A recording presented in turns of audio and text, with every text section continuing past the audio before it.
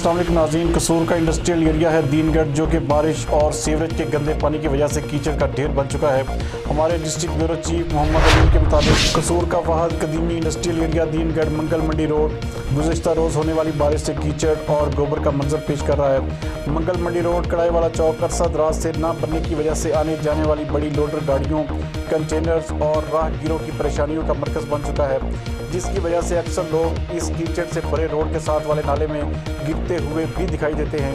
کئی بار مقامی افسران اور ٹی ایم اے میں درخواست گزارنے پر بھی آج تک کوئی کارروائی عمل میں نہیں آ سکی۔